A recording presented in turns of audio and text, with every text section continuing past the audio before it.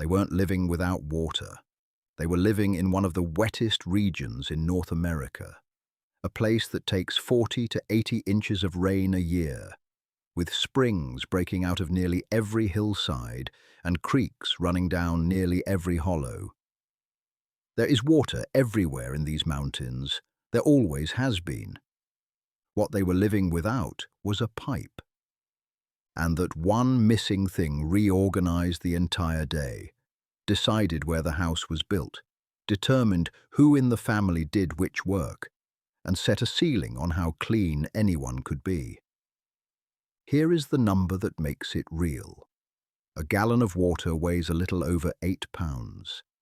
A household of 8 people, with livestock, needs a great deal more than a few gallons a day, and every last pound of it had to be lifted out of the ground and carried uphill by a human being, usually a woman or a child, usually several times a day, every day for their entire life.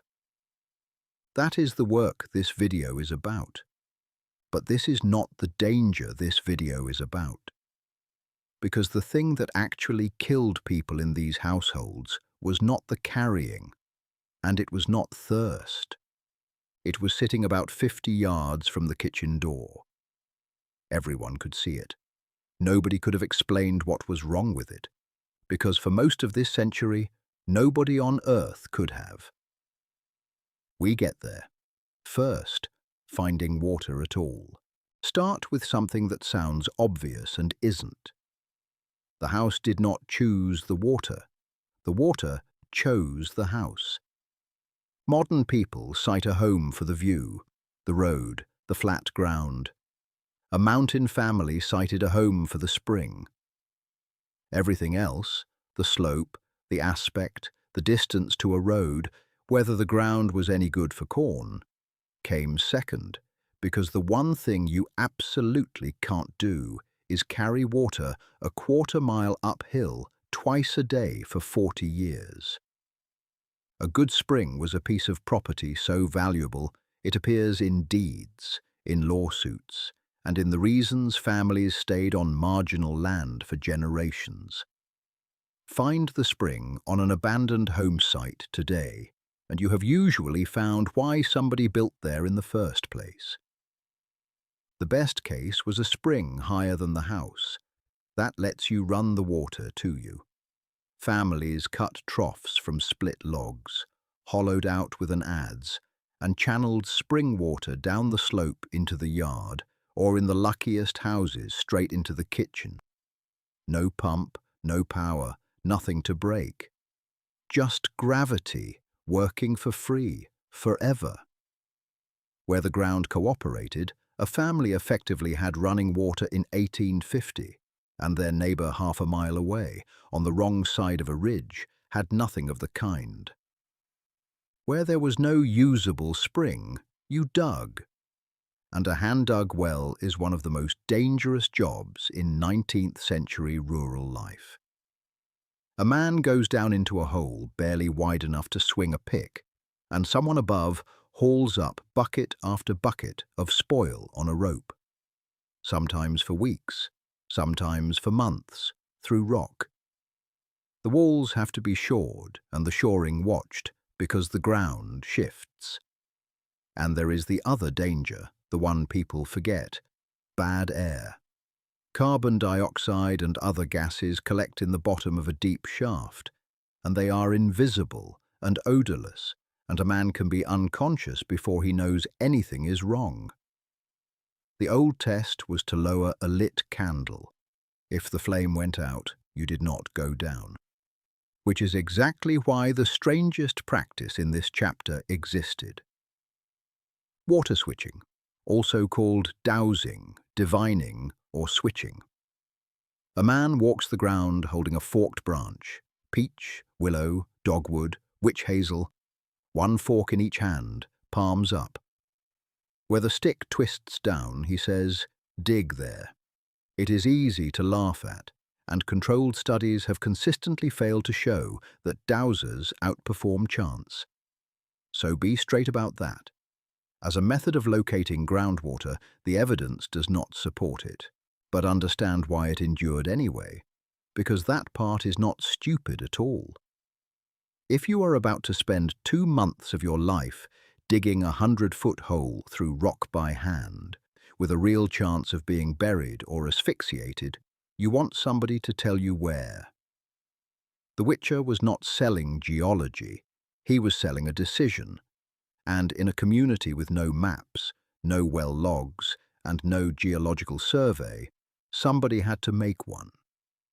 The forked stick is what commitment looks like when nobody has data. So now you have water. It is in the ground, or in a spring box, or in a stone-lined shaft. None of that is the hard part. Water is heavy, and people consistently underestimate how much. A gallon is roughly 8 1/3 pounds. A full wooden bucket of 3 or 4 gallons runs to 30 pounds or more before you count the bucket. And you are not carrying it across a level kitchen floor. You are carrying it up a slope, on uneven ground, in the dark before dawn or in the rain, in long skirts, often with a child on your hip. Now think about what the household actually consumed. Cooking, drinking, washing dishes, washing faces, washing clothes, which we will come to, because wash day is in a category of its own. And the animals, which is where the arithmetic becomes brutal. A single milk cow can drink 10 gallons or more a day, and a horse similar. If the stock could not get to the creek themselves, somebody was carrying that too. A rough count for an ordinary mountain household runs into dozens of trips between the spring and the house every single day. Photographic documentation from the 1930s, when large parts of rural Appalachia still had no plumbing, captures this plainly. Women dipping water from springs, washing pots boiling in the yard, buckets on every porch. Estimates of the lifetime distance walked by a woman hauling household water in these conditions run into thousands of miles. Not travelling anywhere, just going back and forth between a hole in the ground and her own kitchen. And it was gendered almost absolutely. Digging the well was men's work once, and it was celebrated. Carrying the water forever afterwards was not men's work and was never celebrated at all. So households built every shortcut the landscape allowed. The gravity trough, if the spring sat high enough. The rain barrel under the eaves, soft water, no minerals, excellent for washing hair and clothes, and not trusted for drinking. Cisterns, where a family could afford to build one, storing roof runoff for the dry months. A yoke across the shoulders to balance 2 buckets and spare the arms. A shallow well with a bucket on a rope and a windlass, or later a hand pump, which was a genuine luxury. And a water bucket with a dipper stood inside the house, on a shelf by the door.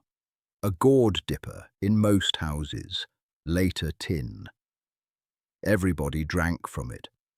Everybody, guests included, and nobody thought a thing about it, because there was no reason to. Hold on to that image. It comes back in Chapter 5, and it is the entire point of this video.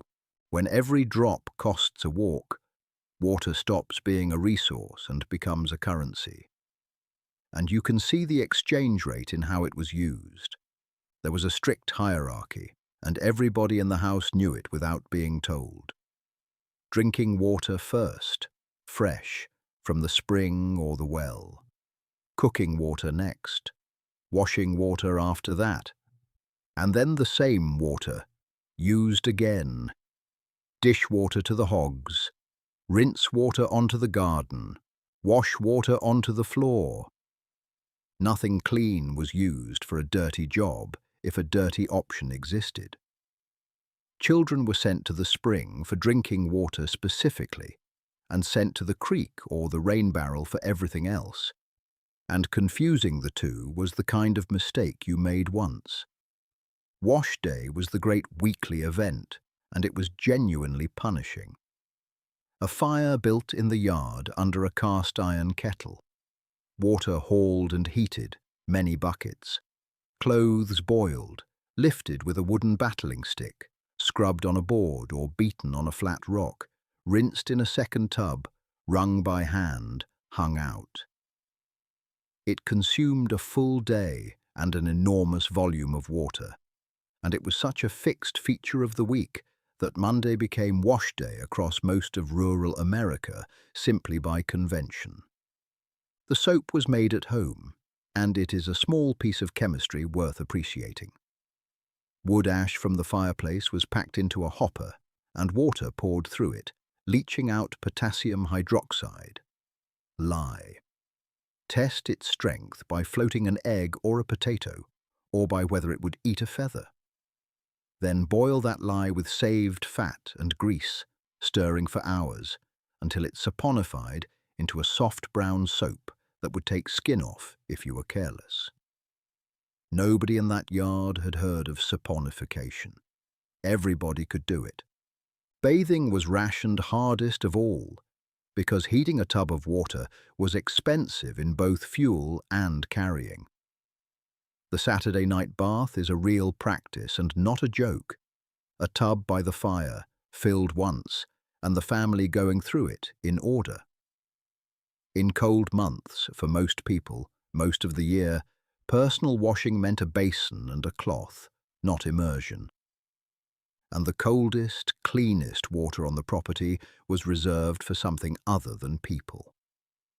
The spring house was a small structure built over the spring, with the flow channeled through stone basins inside. Milk, butter, cheese, and eggs stood in that running water at a steady, low temperature all year.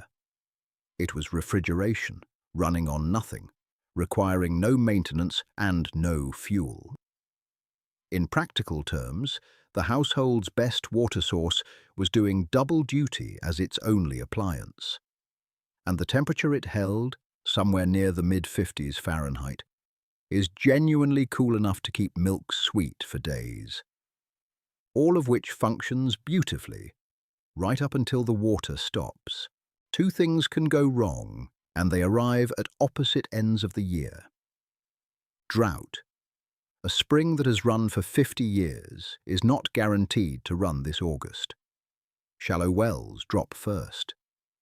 The flow thins to a trickle, then to seepage, then to mud, and a family that has organized its entire homestead around one point on the hillside suddenly has to walk to the creek or to a neighbor's spring and haul from there, with the stock needing more water than ever, precisely because it is hot. Drought does not merely inconvenience this household. It multiplies its hardest labor at the worst time of year. Freezing, the opposite failure. Pipes did not exist to burst, but troughs iced over. Buckets froze, solid overnight, and a well or spring could cap with ice that had to be broken every morning before anything else happened. Water left standing in the house froze. In the deep cold, a portion of every morning was simply thawing, and the stock still had to drink, which meant chopping through creek ice for them too. And there is a third failure that is easy to miss. Contamination, you could see. A dead animal in the spring. Livestock walking into an unprotected water source and fouling it. Runoff from the barn lot after heavy rain, carrying manure straight downhill. Families fenced springs, built spring boxes with lids, sited the barn below rather than above, because the visible problems taught visible lessons. That is what makes the last chapter so hard. They had a working system for every problem they could perceive. Drought, ice, dead animals, mud, cattle in the branch, all handled, all with sensible countermeasures worked out over generations. The thing that killed them was the one they could not perceive. and it was not hiding. Go back to the geography of an ordinary homestead. The house, below or beside it, the spring. Somewhere out back, because you would not put it near the house. The privy. Beyond that, the barn lot and the hog pen. Now consider the one variable nobody in 1850 was in a position to weigh properly, whether all of that sat uphill of the water. Because groundwater moves. Rain falls on a slope, soaks in, travels through the soil and through fractures in the rock, and emerges downhill at the spring. Anything deposited on the ground above that spring can arrive in it. Not as visible dirt, which people would have caught, but as bacteria in water that looks completely clear. This is not a story about carelessness, it is a story about timing. For most of the 19th century, the dominant medical explanation for epidemic disease was miasma, the theory that illness came from foul air rising off decaying matter. It was a reasonable theory in its day. It explained a lot of what people observed, and it was wrong in one specific and lethal way. It pointed at the smell, not the water. John Snow's Broad Street cholera work in London came in 1854 and was not immediately accepted. Germ theory did not become general medical consensus until the 1880s. American water filtration and treatment came later still. So a mountain family in 1850 avoiding a spring because it smelled bad, and trusting one because it ran clear and cold, was applying the best available understanding of disease on the planet at that moment. They were not behind, everybody was, and the disease that took advantage of that gap was typhoid fever. Typhoid spreads through water contaminated with human waste. Its case fatality rate in this period ran somewhere between 5 and 10%. It is killed by the tens of thousands annually in the United States, and rural households drawing from shallow wells and unprotected springs were squarely exposed. The infection follows a specific horror, a fever climbing over days, then weeks of illness, with the real danger, intestinal perforation and hemorrhage, arriving in the third week, often after the family has started to hope. And note the mechanism of transmission inside the house. One dipper, one bucket, everybody is drinking from it. A recovered patient could shed the bacteria for months, without symptoms, and infect their own family without ever knowing. Then there is the second parasite, and this one is documented in devastating detail, though the evidence comes from just after our century closes.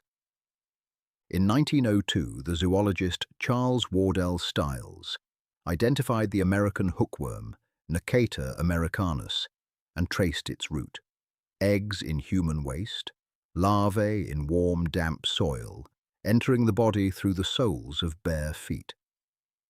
From 1909 to 1914, the Rockefeller Sanitary Commission surveyed the American South and found roughly 40% of the population examined to be infected, with figures in some counties running far higher. In Alabama, surveys across a dozen counties averaged 57%, reaching 94% in the worst. Hookworm causes anemia, exhaustion, and stunted growth in children. The Northern press, with spectacular cruelty, nicknamed it the germ of laziness, and a great deal of what outsiders were writing about mountain and rural Southern people in exactly those decades. All that language about listlessness and backwardness was in significant part describing a parasite load. The Commission's central intervention was not a drug and not a hospital. It was building proper privies. That is the whole of it. The difference between a household that lost children and one that did not was frequently a matter of a few dozen yards of slope, and a hole dug in the right place relative to the water. So what did it actually mean to live without water in the Appalachian 1800s? It meant the wettest country in the eastern United States, and not a drop of it delivered. It meant a house sited by a spring rather than a view. It meant a forked stick standing in for a geological survey. It meant thousands of miles walked between a hole in the ground and a kitchen, almost all of it by women. It meant one tub on a Saturday, lye soap that could burn you, and butter kept cold by a stream. And it meant a family drinking, every day, from a single dipper filled with clear cold water that they had no way on earth to know was killing them. They were not ignorant. They were early. The knowledge arrived: germ theory, then filtration, then the sanitary privy, then eventually the pipe. And when it did, the thing that had been quietly taking children off these farms for 100 years stopped being mysterious and became preventable, and then largely disappeared. Here is what actually got lost in the trade. Every person in that household could have told you precisely where their water came from. They could point at the hillside. They knew what ran above it, what the flow did in August, and how it tasted after rain, because their lives were organized around it. Turn your tap on tonight and try to answer the same question. Most of us can't. And that is the strange bargain of the last century. We solved the danger completely and lost the knowledge entirely.